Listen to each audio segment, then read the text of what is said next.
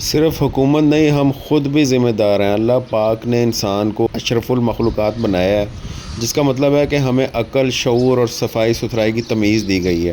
ہم اکثر اپنی گلیوں اور محلوں کی بدحالی کا سارا ملبہ صاف ستھرا پنجاب مشن یا حکومت پر ڈال دیتے ہیں، لیکن کیا کبھی ہم نے اپنے گریبان میں جھانک کر دیکھا ہے؟